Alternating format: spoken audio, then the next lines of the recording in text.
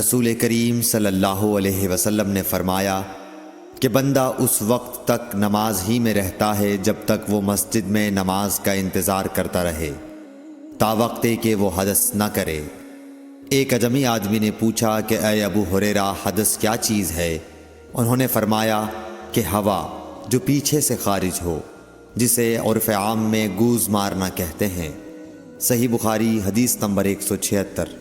رسول اللہ صلی اللہ علیہ وسلم نے فرمایا کہ نمازی نماز سے اس وقت تک نہ پھرے جب تک ریح کی آواز نہ سن لے یا اس کی بو نہ پا لے۔ صحیح بخاری حدیث نمبر 177۔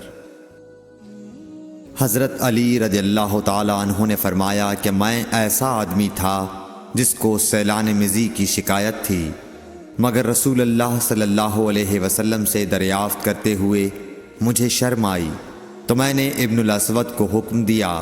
انہوں نے آپ صلی اللہ علیہ وسلم سے پوچھا، آپ نے فرمایا کہ اس میں وضو کرنا فرض ہے۔ صحیح بخاری حدیث نمبر 178۔ زید بن خالد نے حضرت عثمان بن عفان رضی اللہ تعالی عنہ سے پوچھا کہ اگر کوئی شخص صحبت کرے اور منی نہ نکلے، فرمایا کہ وضو کرے جس طرح نماز کے لیے وضو کرتا ہے اور اپنے وضو کو دھو لے۔ حضرت عثمان رضی اللہ تعالی عنہ کہتے ہیں کہ یہ میں نے رسول اللہ صلی اللہ علیہ وسلم سے سنا ہے۔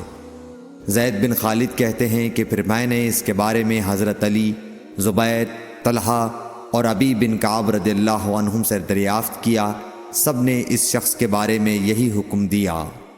صحیح بخاری حدیث نمبر 179۔ رسول اللہ صلی اللہ علیہ وسلم نے ایک انصاری کو بلایا، وہ آئے تو ان کے سر سے پانی ٹپک رہا تھا۔ رسول کریم صلی اللہ علیہ وسلم نے فرمایا، شاید ہم نے تمہیں جلدی میں ڈال دیا۔ انہوں نے کہا جی ہاں۔ تب رسول اللہ صلی اللہ علیہ وسلم نے فرمایا کہ جب کوئی جلدی کا کام آ پڑے یا تمہیں انزال نہ ہو تو تم پر وضو ہے، غسل ضروری نہیں۔